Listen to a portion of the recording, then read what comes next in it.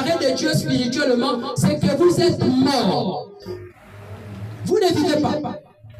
Donc, imagine-toi, tu vis dans la fornication. Quand tu te dis que non, tu vis avec Jésus. Tu ne vis pas.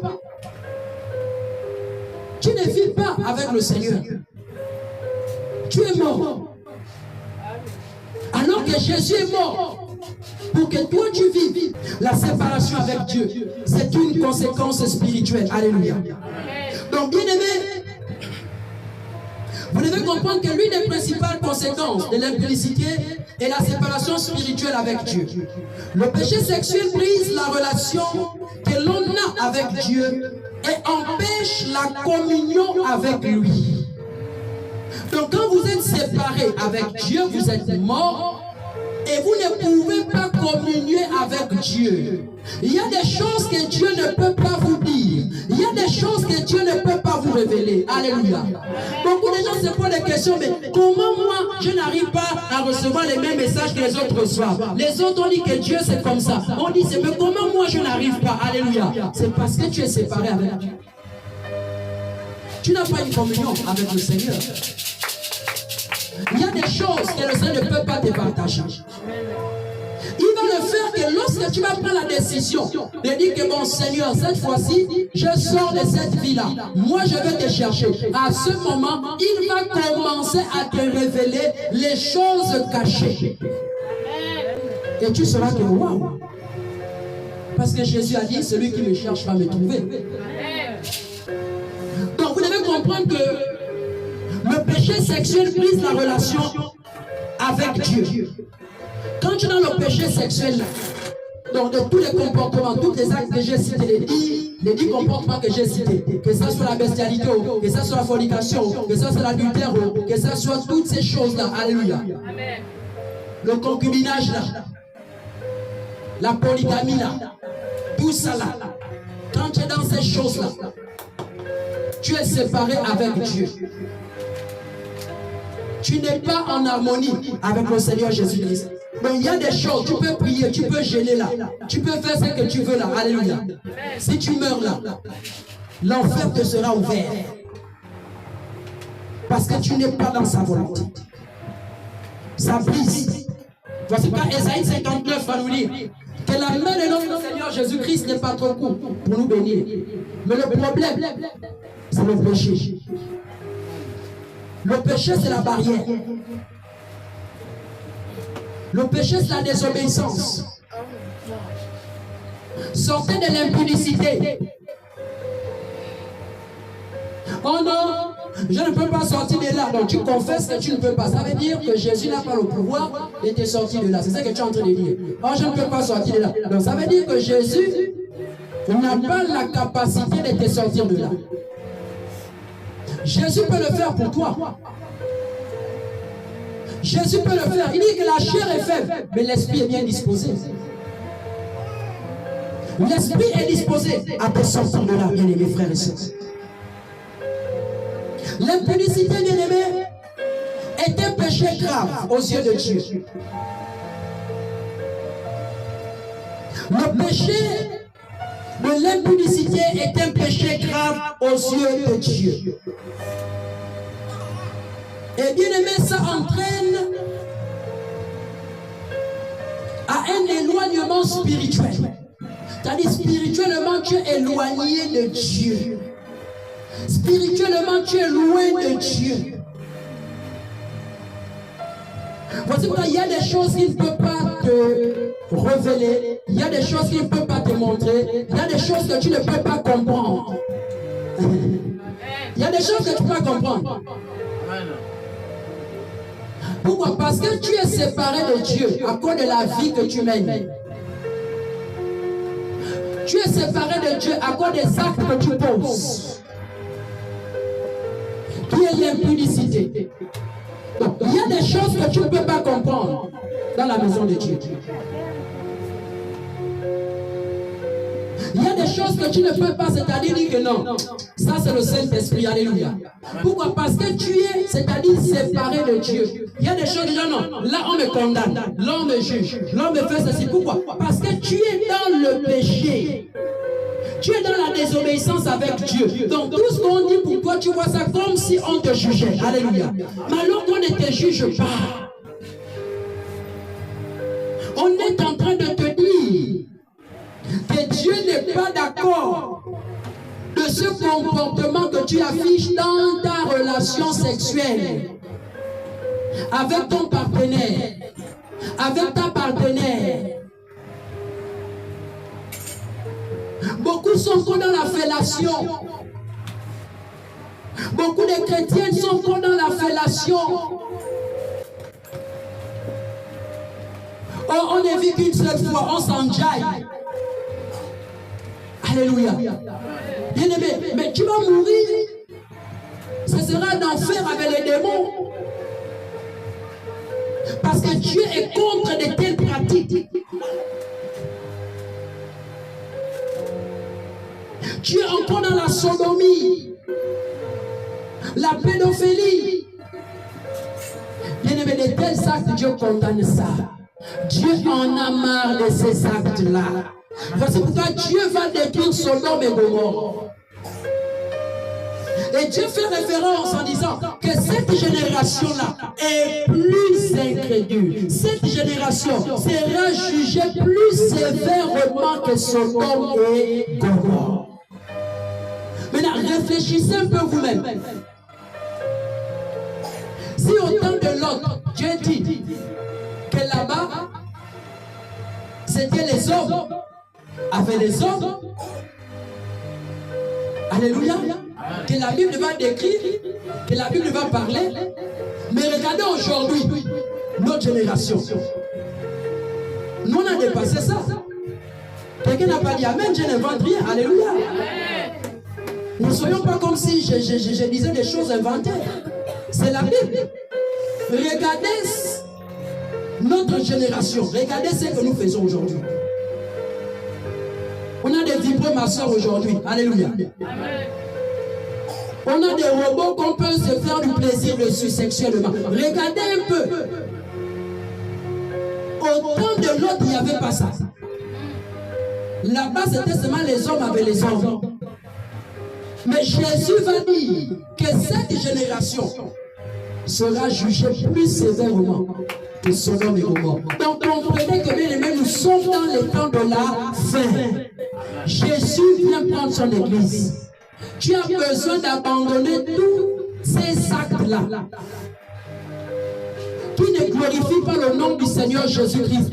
Tu as besoin de chercher ta délivrance. Tu as besoin de jeûner, prier. Laisse d'abord l'argent, laisse d'abord le travail, laisse d'abord bien aimer faire les enfants. Cherche d'abord Jésus. Cherche d'abord ta délivrance. Alléluia. Cherche d'abord Jésus. Laisse d'abord la fête de ton mariage. Cherche d'abord Jésus-Christ dans ta vie. Parce que si tu cherches Jésus, Jésus va se révéler à toi. Jésus va t'enseigner. Jésus va t'équiper. Lorsque tu vas rentrer dans le mariage, tu seras un homme rempli d'amour pour ton épouse. Et tu seras une femme remplie de soumission pour ton époux. Il n'y aura pas d'adultère. Il n'y aura pas de fellation. Pendant vos rapports sexuels, il n'y aura pas ça. Parce que ce sont des fils du diable qui font de telles pratiques lorsqu'ils sont en relation, lorsqu'ils sont dans les actes sexuels. Et Dieu condamne ça. C'est comme si vous tournez maintenant un film porno en tant que des chrétiens. Même le joueur Cristiano Ronaldo, j'ai suivi un truc. En passage, je vais prendre cette partie-là pour édifier l'église. Bien que le football, ce n'est pas pour moi. Mais je tire, il a dit quelque chose. Je tire pour vous dire quelque chose là-dedans. Cristiano, on l'a proposé de tourner le porno. Alléluia. Il a refusé. Combien de fois, toi, chrétien? Si déjà un païen refuse de tourner le porno, alléluia. Combien de fois, toi, chrétien, tu chantes à l'église? Tu prêches, tu évangélises, mais tu tournes le porno quand tu es avec ton mari ou quand tu es avec ta femme. Ce ne sont pas des bons actes, bien-aimés, devant le Seigneur Jésus. Il n'est pas d'accord de ça. Ton corps est le temple du Saint-Esprit. Où vit Dieu? ce que tu fais avec ce corps. Où est la différence entre les hommes qui vont au 2-2000 et les femmes qui vont au 2-2000? Où est la différence entre toi et les prostituées? Où est la différence entre les Égyptiennes et toi, qui est l'image d'Israël? Parce qu'il faut une différence. Malachie le dit. Dieu et ceux qui ne le savent pas. Le Seigneur veut que tu sors de l'impudicité, mon frère. Le Seigneur veut que tu sors de l'impudicité, ma soeur. Laisse d'abord ce que tu es en train de faire. Cherche d'abord ta délivrance. Que l'impudicité est un péché grave aux yeux de Dieu.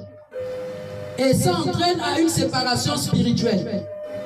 C'est-à-dire, tu es là à l'église, tu te dis que tu es en communion avec Dieu, tu es seul. Voici pourquoi tu es toujours oppressé la nuit. Tu ne dors pas la nuit, on te poursuit la nuit. Tu trembles la nuit. Voici pourquoi la nuit, tu manges toujours. Tu te baignes toujours la nuit là, dans les grandes rivières. Pourquoi? Parce que tu es toujours dans la désobéissance à la voix de Dieu. Alléluia. Alléluia. Alléluia. Prenons 1 Corinthiens 6, 9 à 10. La première conséquence de l'impudicité, c'est la séparation avec Dieu. 1 Corinthiens chapitre 6, 9 à 10. 1 Corinthiens 6, 9 à 10. La Bible dit: ne savez-vous pas que les injustes n'hériteront pas le royaume de Dieu? Ne vous y trompez pas, ni les impudiques, ni les impudiques. Il faut souligner là, impudique, il faut souligner là. Je vais le lire. Ne savez-vous pas que les injustes n'hériteront point le royaume de Dieu? Il pose la question à l'église de Corinthe. Qu'est-ce que vous là, vous ne savez pas vous? La résurrection. Est-ce que vous ne savez pas que les impudiques ne verront pas le royaume de Dieu? Plusieurs le savent, mais font exprès. Plusieurs le savent. Comme pouvait dire ma soeur, la servante de Dieu Belita, pendant qu'elle était en train de faire son témoignage de conversion, elle pouvait dire ceci, ça m'a beaucoup touché. Elle disait non que aujourd'hui certainement plusieurs jeunes frères, jeunes sœurs se moquent de moi en disant que comment une jeune comme ça va s'habiller comme une vieille, parce que pour le monde, pour les fils du diable, s'habiller décemment, c'est s'habiller comme une vieille. Alléluia. Et elle disait que non, peut-être que plusieurs se moquent de moi en disant que non, je m'habille comme une vieille. Mais ils ne savent pas ce qui est caché derrière. Car moi, je prépare ma vie après la mort. Alléluia. C'est ça la différence entre les fils du diable et les fils de Dieu. Les fils de Dieu, s'ils se soumettent à la volonté de Dieu, c'est parce qu'ils veulent préparer la vie après la mort. Mais les fils du diable, eux, ils n'ont pas à préparer la vie après la mort. Eux, ils préparent la vie présente. Alléluia. Eux, c'est cette vie qu'ils préparent. Mon enfant doit voyager. Mon enfant doit rester avec les voitures. Mon enfant va faire ceci. Il faut que mon enfant soit comme ça. Il faut qu'il fasse plus que moi. Ça, ce sont les fils du diable qui pensent comme ça. Uniquement. Eux, ils ne cherchent pas à préparer la vie après la mort. Parce que bien que tu vas laisser toutes ces choses à ton enfant, mais quel est l'héritage, alléluia, spirituel que tu vas laisser à tes enfants-là? Si ce n'est que Jésus, si ce n'est que la parole de Dieu, si ce n'est que la sainteté, si ce n'est que la pureté, si ce n'est que la crainte de Dieu, quel est cet héritage que tu vas laisser? Ils vont se concentrer dans ce que toi tu étais aussi concentré. Dans la vie du désordre, des relations sexuelles en désordre, sans discipline. Tu vas les laisser sans principe biblique, car Jean va dire, on ne donne que ce que nous avons reçu. On ne peut pas les fabriquer un enfant. On ne fabrique pas les enfants. On ne fabrique pas l'éducation. une autre progéniture, non. C'est ce que tu reçois maintenant en Jésus. Alléluia, que tu es censé transmettre. Si tu reçois que l'impudicité est contraire à la volonté de Dieu et tu acceptes, tu appliques ça, alléluia, tu vas transmettre ça à tes enfants. Tu vas les transmettre ça. Quand on ne donne que ce que nous avons reçu du ciel, on n'invente pas. Donc vous devez comprendre que bien aimé, il va dire, ne savez-vous pas que les injustes hériteront pour le royaume de Dieu? Ne vous y trompez pas, ni les impudiques, ni les idolâtres, ni les adultères, ni les inféminés, ni les infâmes, ni les voleurs, ni les cupides, ni les ivrognes, ni les outrageux, ni les ravisseurs n'hériteront le royaume de Dieu. Quelqu'un dit Amen. Bien-aimé, à chaque fois que tu lis la Bible, quand tu tombes dans un texte et tu sens que tu es en train de lire et que le texte là, c'est-à-dire tu constates que tu n'as pas encore appliqué ce que le texte est en train de dire. Alléluia. Ne pas lire autre texte. Continue à lire le même texte jusqu'à ce que tu appliques le texte que le Seigneur est en train de te parler. Je vais souligner impudique, je vais souligner adultère.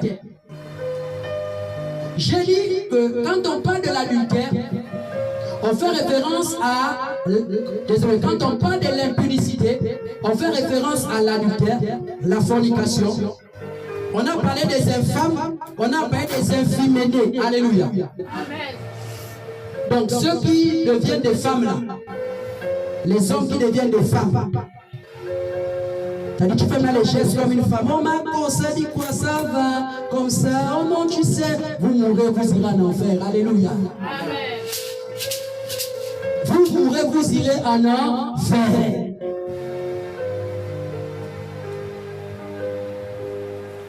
Vous les femmes qui devenez des garçons, vous là,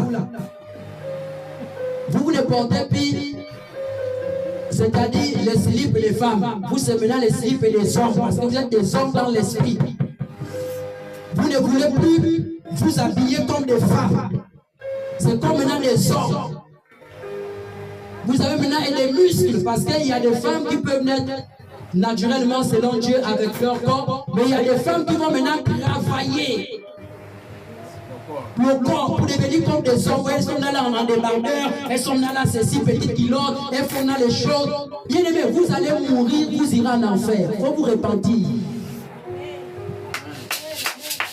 Si tu connais un frère, une soeur qui est comme ça, c'est-à-dire quand tu vois seulement la personne, souviens-toi de cet enseignement.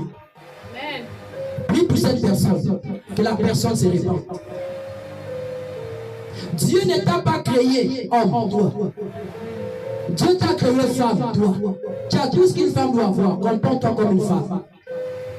Toi là, Dieu t'a créé comme un homme. Tu as tout ce qu'un homme doit avoir. Comporte-toi comme un homme. Arrête les gestes que tu fais.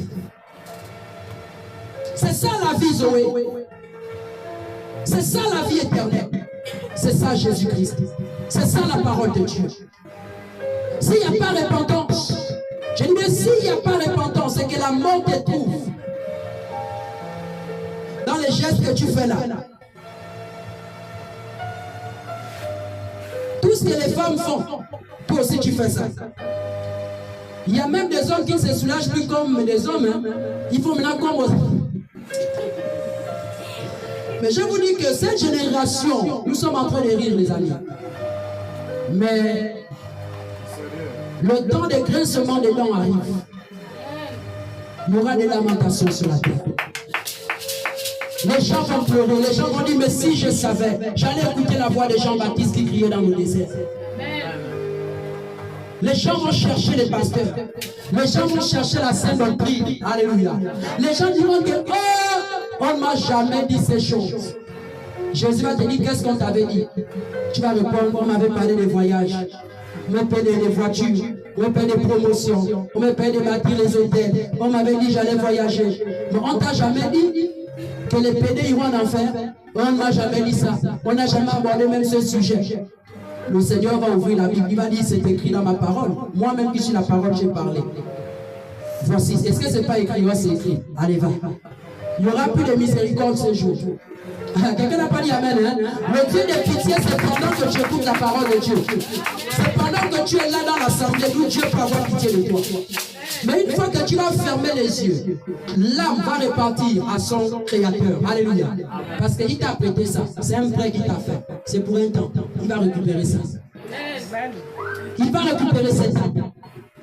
Donc quand cette âme va quitter le corps, automatiquement, le Dieu miséricorde, qu'on a tout dit, Seigneur, tu es un Dieu de pitié. Seigneur, aie pitié de moi. Ma soeur, mon frère, ma mère, mon papa. Ce Dieu-là sera sourd, alléluia, à tes cris. Ton âme sera en proie. Ton âme sera en proie, bien-aimé, avec les démons. Parce que tu as vécu, ou encore tu as marché dans une vie qui n'honorait pas le Seigneur Jésus-Christ pendant que tu étais sur la terre. Ne savez-vous pas que les impuniques n'hériteront pas le royaume de Dieu? Ça veut dire les fornicateurs, les pédés, les lesbiennes. Ma soeur, toi qui sors avec les femmes comme toi là, c'est-à-dire, si tu ne te répands pas, parce que le seul qui a la capacité d'effacer la signature que tu as mis pour l'enfer là, pendant que tu es dans cette vie là, c'est Jésus. Une fois que tu l'acceptes, Jésus efface. Il efface ça automatiquement. Parce que là, tu es sur le chemin de l'enfer.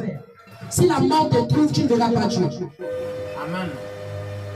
Tu ne verras pas le Seigneur Jésus. Toi qui es dans les rapports après le mariage, avant le mariage, la fornication, là, le concubinage, là, tu as déjà 13 enfants, 14 enfants, 5 enfants, tu ne veux pas te calmer. Tu ne veux pas aller régulariser ta situation. C'est même toi qui encourage même l'homme qui est avec toi de ne pas aller même voir tes parents. Oh non, on n'a pas besoin de ça pour le moment. Pour moi, j'ai besoin de voir des enfants. Donne-moi. Allez régulariser vos situations.